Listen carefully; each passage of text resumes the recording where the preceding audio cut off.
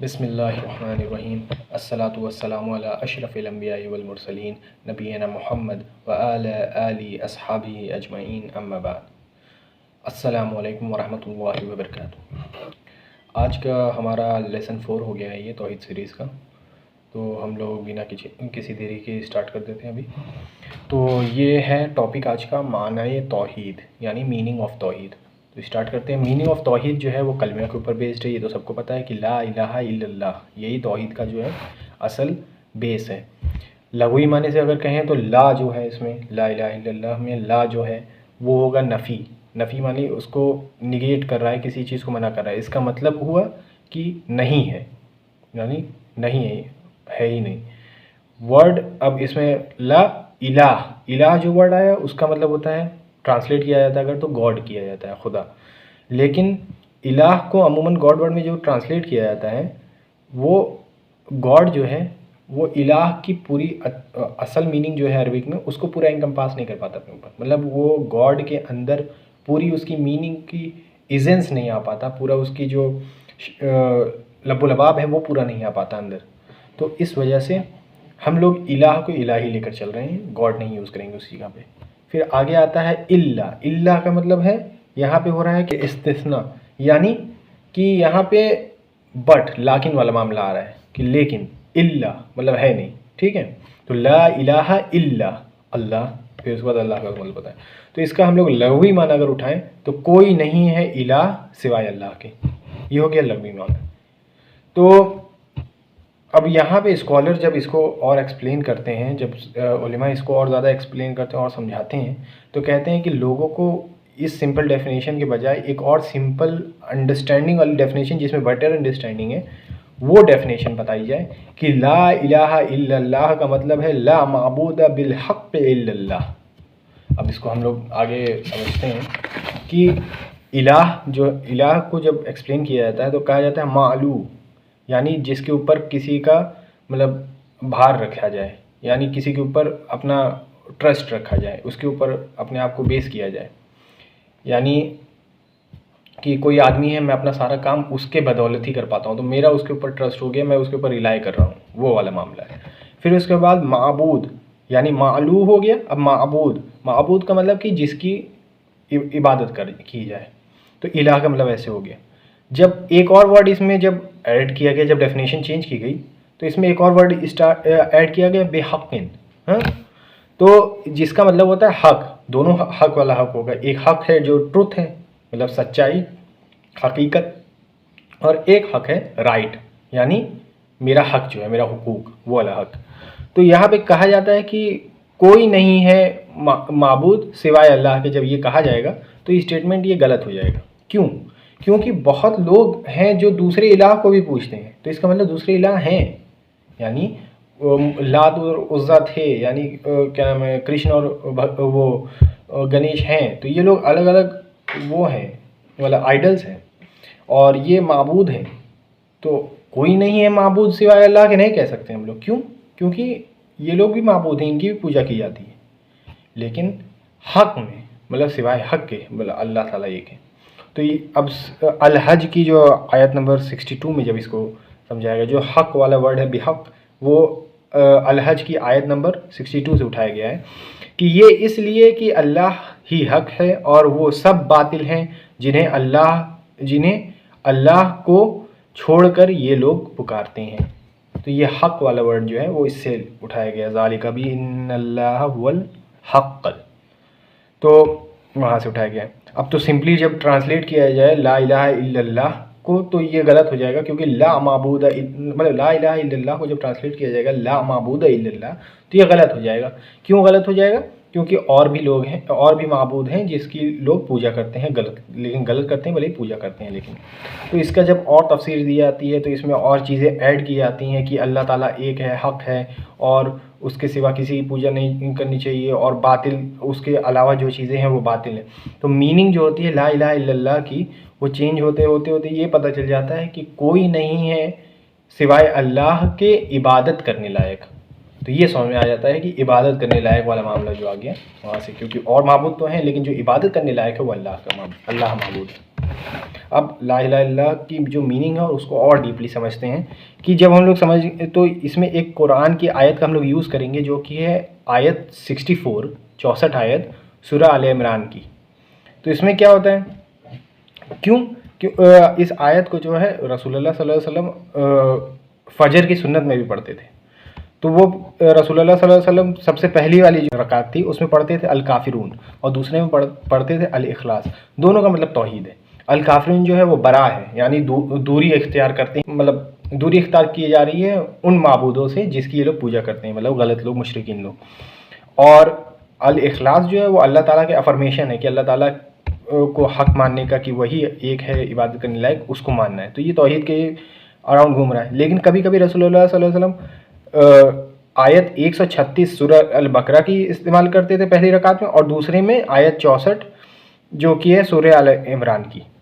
تو یہ دونوں میں بھی توحید کا مطلب ہے. پہلی والی جو ہے وہ بات کرتی ہے فیتھ کا, عقیدہ کے بارے میں بات کرتی ہے, جو ہم لوگ اس سے پہلے والے میں پڑھے تھے ایمان کے بارے میں کہ ایمان کیا ہے, یہ سب اس کے بارے میں ایمان کا جو قول والا معاملہ ہے وہ سب اس میں آ جاتا ہے. پھر اس کا جو دوسرا ہے دوسری رکعت میں جو آل عمران کی آیت نمبر 64 ہے وہ اور ایکشن کی بات کرتی ہے کہ ایکچولائز کی جائے توحید, اپنی زندگی میں لائی جائے توحید, اس کے بارے میں بات کرتی ہے اور کس طریقے سے لائی جائے.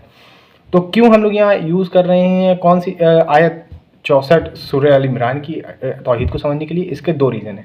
پہلا ریزن یہ ہے کہ رسول اللہ صلی اللہ علیہ وسلم جب کسی حکمراں یا کسی کو بھیجتے تھے, ان کے اوپر دعوت توحید کی دعوت جب بھیجتے تھے بلاتے تھے تو وہ اسی آیت کا استعمال کرتے تھے. اس میں جب ہیراکلس جو تھا, جو بیزنٹین کا رولر تھا, اس کو جب لیٹر بھیجے, خط بھیجے رسول اللہ, تو اس نے بھی اسی آیت کا استعمال کیے تھے. اور پھر اس کے بعد یہ کلیئر کال تھا توحید کا, اور رسول اللہ صلی اللہ علیہ وسلم معاذ ابن جبل کو جب یمن بھیجے تو انہوں نے بھی پہلے کہا کہ ان لوگ کو جو ہے توحید کے اوپر پہلے بلاؤ, اسی آیت کا استعمال کرتے ہوئے. یہ سب یہ دوسرا ریزن اس میں آتا ہے کہ اس آیت کے اندر کلمۃ سوا کی بات ہو رہی ہے. اب امام المفسرین طبری جو ہیں وہ دو اوپینین رکھیں, دو قول رکھیں, دو اوپینین رکھیں کہ کلمۃ سوا ہے کیا. تو قتادہ اور الربی وہ لوگ جو تھے وہ لوگ مانتے تھے کہ یہ کلمۃ سوا جو ہے اس کا مطلب ہے کلمہ العدل, عدل کی, جسٹس کی بات ہو رہی ہے یہاں پہ, عدالت کی, عدل کی. اور ابو العالیہ جو کہ ایک تابعی ہیں وہ یہ اوپینین رکھتے تھے کہ یہ اس کا مطلب ہے کہ لا الہ الا اللہ. تو یہاں کلمۃ سوا کا مطلب لا الہ الا اللہ.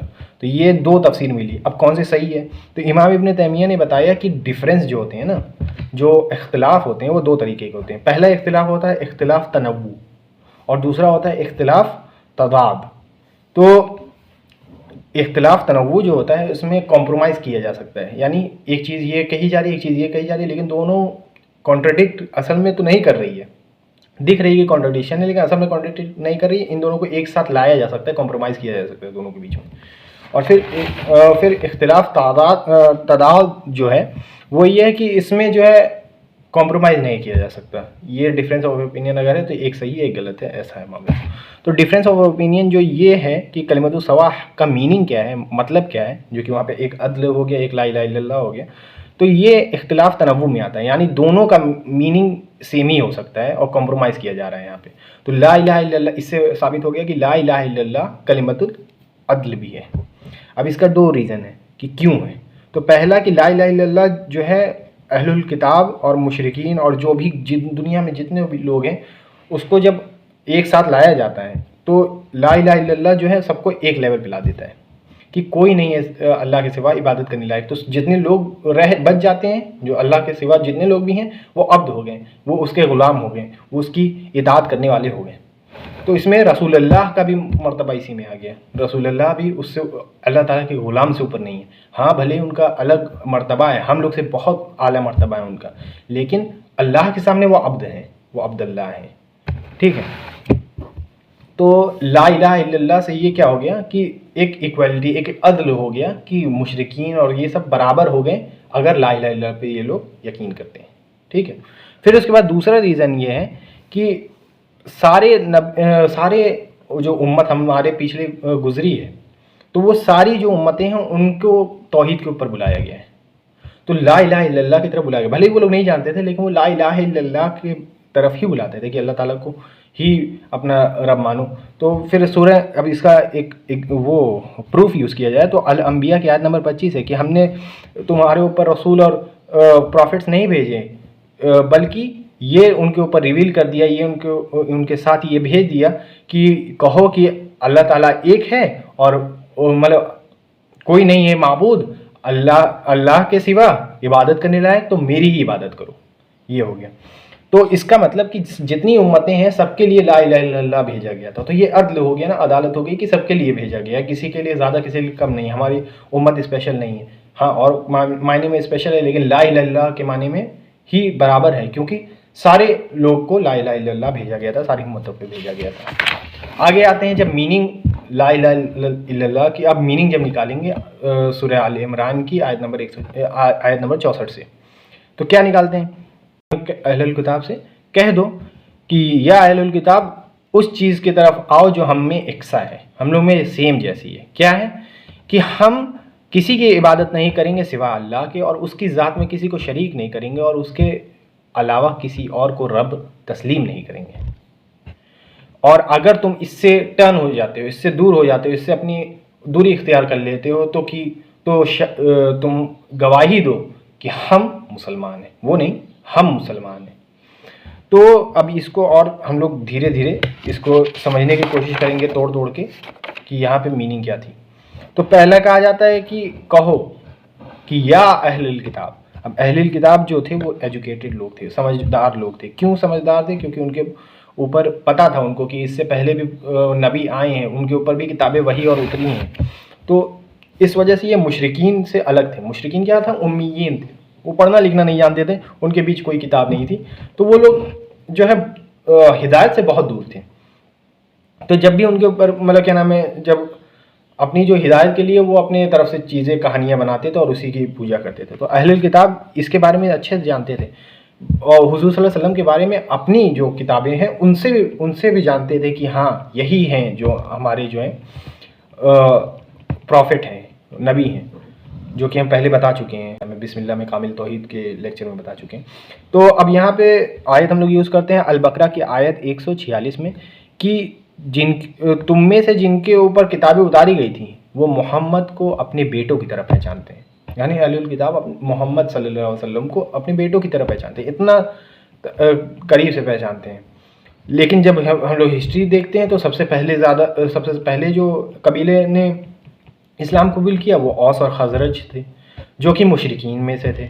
اب یہ لوگ نے کیوں کیا؟ کیونکہ جب وہاں پہ جہاں پہ رہتے تھے, مدینہ میں رہتے تھے نا یہ لوگ, تو مدینہ میں یہودی زیادہ تھے اس ٹائم. تو یہودی جو تھے, جب اوس اور خزرج کی لڑائی ہوتی تھی تو یہودی کہتے تھے کہ ہمارے پروفٹ آئیں گے, ہمارے جب نبی آئیں گے تو ہم ان کے پیچھے لڑیں گے. تو یہ اتنی بار سن چکے تھے وہ لوگ کہ ان کو جب پتہ چلا کہ جو نبی ہیں وہ تو اس میں سے آئے ہیں, وہ تو یہودیوں میں سے نہیں آئے, وہ تو عربوں میں سے آئے ہیں اور مشرکین کے کیمپ میں سے آئے ہیں. تو وہ لوگ جھٹ سے مطلب کیا نام ہے رسول اللہ کی بہت حد تک قبول کر لیے دعوت, اس وجہ سے کیونکہ ان لوگ کو پہلے سنا ہوا تھا کہ یہ یہودی لوگ ایسی بات کرتے تھے. آگے آتے ہیں کہ جب آیت میں کہا جاتا ہے کہ اس چیز کی طرف آؤ جو ہم میں یکساں ہے, جو کہ کیا ہے لا الہ الا اللہ, ہم لوگ میں یکساں ہے وہی چیز. تو لا الہ الا اللہ. اب لا الہ الا اللہ کلمہ کا مطلب کیا ہے؟ تو الا نعبد الا اللہ ولا نشرک به شیئا ولا یتخذ بعضنا بعضا اربابا من دون اللہ. یعنی کہ ہم کسی کی ورشپ نہیں کریں گے, ہم کسی کی عبادت نہیں کریں گے سوائے اللہ کے, ہم کسی کو اس کے ساتھ شریک نہیں کریں گے, اور ہم کسی کو اس کے سوا رب تسلیم نہیں کریں گے, اس کو رب نہیں لیں گے. تو یہ تین جو چیز تھی وہ میننگ بن گئی کلمہ توحید. آگے آتے ہیں جب کہ اگر وہ ہم لوگ سے الگ ہو جائیں تو گواہی دو کہ ہم مومن ہیں. تو جب یہ تین چیز اگر جس میں نہیں رہی تو وہ جو ہے جو ابھی بات کی ہیں تو وہ آدمی مسلم نہیں رہا. تو یہ گواہی دے رہے ہیں کہ یہ تینوں چیز تمہارے اندر نہیں ہے تو تم گواہی دو کہ میں مسلمان ہوں, کیونکہ میں ان چیزوں پہ یقین کرتا ہوں. تو آدمی جب مسلمان بنتا ہے تو ان تین چیزوں پہ یقین ہونا اس کا بہت ضروری ہے. آگے آتے ہیں عبادت پہ. اسی میں اندر چھوٹی سی ایک عبادت اور ایک پارٹ ہے دعا, اس کو اور ڈیٹیل میں تھوڑا سمجھیں گے. تو الا نعبد الا اللہ, کہ کوئی نہیں ہے مطلب عبادت کرنے لائق اللہ تعالیٰ کی. تو عبادت میں یہ کون سی چیز آ رہی ہے کہ ورشپ ہو جا رہا ہے کسی اور کا, تو اس کو ہم لوگ سمجھیں گے. تو عبادت جو سمجھا جاتا ہے مینلی وہ دعا ہے. عبادت جو ہے میننگ اس کا دعا ہے. کیوں؟ کیونکہ رسول اللہ صلی اللہ علیہ وسلم کی ایک حدیث ہے مسند احمد میں کہ دعا ہی عبادت ہے. پھر انہوں نے رسول اللہ صلی اللہ علیہ وسلم نے سورہ غافر کی آیت نمبر 60 پڑھی کہ اور تمہارا رب کہتا ہے کہ مجھ سے دعا کرو اور میں جواب دوں گا, اور جو مجھ کو ورشپ کرنے لائق, عبادت کرنے لائق نہیں سمجھتے ہیں وہ حقیقت میں جہنم کی آگ میں ڈالے جائیں گے, جہنم میں داخل کیے جائیں گے. تو اگر جنرل دیکھا جائے تو عبادت کی دو میننگ آئی, دعا اور اطاعت. اب اطاعت بھی آئی ہے کیونکہ البقرہ کی آیت نمبر 21 جو ہے جس میں کہا گیا ہے کہ یا ایھا الناس اعبدوا وربکم, یعنی اے مومنو, اے مطلب انسانوں, اللہ کی عبادت کرو. اب یہاں پہ کمانڈ دیا جا رہا ہے, اطاعت کے لیے بولا جا رہا ہے. ٹھیک ہے, تو یہ پہلی آیت ہے جو کیا نام ہے کمانڈ کی جا رہی ہے, سب جگہ بولا جا رہا ہے. تو سورہ فاتحہ سورہ بقرہ میں سب میں بولا جا رہا ہے. تو امام طبری رحمہ اللہ جب اس کی تفسیر لکھتے ہیں تو انہوں نے لکھا کہ ابن عباس رضی اللہ عنہ نے بولا کہ اللہ کی عبادت کرو کا مطلب ہوتا ہے کہ اللہ کو ایک کر دو, یونیفائی کر دو اس کو, یعنی توحید, اس کی توحید گواہی کر دو. پھر اس کے بعد آتا ہے ابن عباس نے اور زیادہ تبری میں جو ایکسپلین کیا گیا کہ ورشپ یور لارڈ, اللہ تعالیٰ کی عبادت کرو کا مطلب ہوتا ہے کہ اللہ تعالیٰ کو ایک کر دو, سنگل آؤٹ کر دو. اور سنگل آؤٹ کس چیز میں کرو؟ اطاعت میں اور عبادت میں اللہ تعالیٰ کے لیے. تو اب یہاں پہ ہم لوگ کو سمجھ میں آ گیا کہ جو عبادت ہے, اب یہاں پہ یہ کیا کہا ہے کہ عبادت اور اطاعت, یہاں عبادت کے اندر ہی اطاعت آ جاتا ہے, لیکن یہاں پہ جو عبادت کی بات ہو رہی ہے وہ دعا کی بات ہو رہی ہے. تو ہم لوگ کو یہ سمجھ میں آتا ہے کہ عبادت کے اندر دو چیزیں ہوں گی, ایک اطاعت ہے اور ایک دعا ہے. ٹھیک ہے, یہ ہو گیا معاملہ. اب دعا کیا ہے؟ دو طریقے, اب دعا کو اور کھول دیتے ہیں. تو دعا ایک ہو گیا ہمارا اطاعت عبادت, اور اس کے اندر آ گیا دعا اور اطاعت. اب دعا کو تھوڑا کھول لیتے ہیں. تو دو طریقے کی دعا ہیں جو کہ شیخ الاسلام ابن تیمیہ رحمہ اللہ نے بتایا کہ دعا جو ہے وہ دعا آف عبادت ہے, مطلب عبادت کی ایک دعا ہے, اور ایک ریکویسٹ کی دعا ہے. ٹھیک ہے, تو مسئلے کی دعا ہے. تو ایک ہے دعا العبادہ اور ایک ہے دعا المسئلہ. تو یہ کیا معاملہ ہے؟ دعا العبادہ کیا ہے کہ جتنی بھی چیزیں ہیں اس کے اندر آ جائیں گی, جو کہ ہے نماز, زکوٰۃ, روزہ, حج, یہ سب چیزیں وہ دعا عبادت کی دعا میں آ جائیں گی. دوسرا کیا ہے کہ اس کے اندر جو چیزیں آ جائیں گی جو اللہ تعالیٰ سے مانگتے ہیں آپ چیزیں, ٹھیک ہے,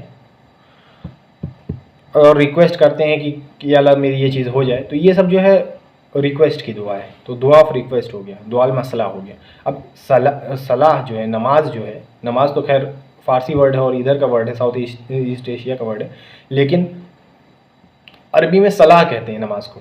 تو صلاح کا مطلب ہی ہے عربی میں دعا. تو دعا اس میں بھی آئی جا سکتی ہے, اس میں بھی کہا جا سکتا ہے کہ دعا اس میں بھی ہے. آگے قرآن کی سورہ توبہ آیت 103 میں کہا جاتا ہے کہ یقیناً تمہاری جو کیا نام ہے دعا ہے وہ ان کے لیے سکون ہے, مطلب حضور صلی اللہ علیہ وسلم سے کہا جا رہا تھا. تو یہاں پہ جو دعا کا مطلب ہے وہ عربی میں وہ صلاح سے آیا ہے, نماز سے آیا ہے. پھر آگے آتے ہیں کہ جب کہا گیا کہ رسول اللہ صلی اللہ علیہ وسلم پہ درود بھیجو, الاحزاب کی آیت نمبر 56 میں کہ اللہ تعالیٰ سے دعا کرو, اللہ تعالیٰ سے دعا کرو کہ ان کے اوپر درود, ٹھیک ہے, بلیسنگ نازل کریں. آگے آتے ہیں تو 3 پارٹ اس میں ڈیوائیڈ ہو گیا اپنا کہ دعا آف ورشپ ہو گئی, دعا آف ریکویسٹ اینڈ اوبیڈینس ہو گیا, یعنی عبادت کی دعا ہو گئی, پھر اس کے بعد ریکویسٹ کرنے کی مسئلہ والی دعا ہوگی, اور پھر اس کے بعد اوبیڈینس مطلب اطاعت کی دعا ہو گئی. تو یہ سب چیزیں آ جاتی ہیں, اور یہ سب تینوں چیزیں ایک ہی آیت میں جب آ جاتی ہے تو وہ آتی ہے انعام کی آیت 162 میں کہ کہہ دو یقیناً میری نماز, میرا مطلب کیا نام ہے سیکریفائس جو کہ ہے بقرعید میں جو ہم لوگ اپنا دیتے ہیں وہ, اور میری زندگی اور میرا مرنا سب اللہ کے لیے, رب العالمین کے لیے. تو یہاں پہ اس آیت کی کیا ہے کہ قل ان صلاتی و نسوکی و محیائی. اب آگے بند. تو صلاتی کا مطلب ہو گیا یہاں دعا آف ریکویسٹ, میری پریئر جو ہے, میری نماز, وہ ہو گیا دعا آف ریکویسٹ. نسوکی کیا ہے کہ دعا آف ورشپ, کہ نسوک کا مطلب یہی ہو گیا کہ وہ سلاٹر کرنا، جو اللہ تعالیٰ کے ذبح والا معاملہ جو ہے وہ ہو گیا۔ محیائی یعنی میری زندگی، تو میری زندگی جو ہے وہ اطاعت سے آ گیا کہ میری زندگی جو ہے وہ اطاعت کے لیے ہے، تو یہ والا معاملہ ہو گیا۔ یہ ہو گیا اپنا کمپلیٹ آج کا لیکچر، جو کہ تھا ہمارا معنی توحید پہ، اور اس میں تھوڑا سا ہم لوگ نے دعا اور اوبیڈینس اور اطاعت کی بات کر لی۔ اور شاید کچھ لوگ سوچ رہے ہوں گے کہ یہ ہاتھ پہ پٹی کیوں لگی ہوئی ہے، کہ وہ ایکسیڈنٹ ہو گیا تھا، اللہ تعالیٰ نے بچا لیا، تو الحمدللہ ٹھیک ہے۔ اس وجہ سے ہو سکتا ہے کوئی لوگ کو بیچ میں پڑھتے ٹائم یہ لگ رہا ہو کہ یہ کیا ہوا، یہ کیا ہوا، مائنڈ ڈائیورٹ ہوتا ہے، تو وہ سمجھا دیں۔ واللہ عالم بالصواب والحمد للہ رب العالمین۔ اب انشاءاللہ ہم لوگ آگے بات کریں گے، جب تو ہم لوگ کریں گے دعا آف ریکویسٹ، جو دعا المسئلہ ہے اس کو اور زیادہ کھولنے کی کوشش کریں گے۔ وآخر دعوانا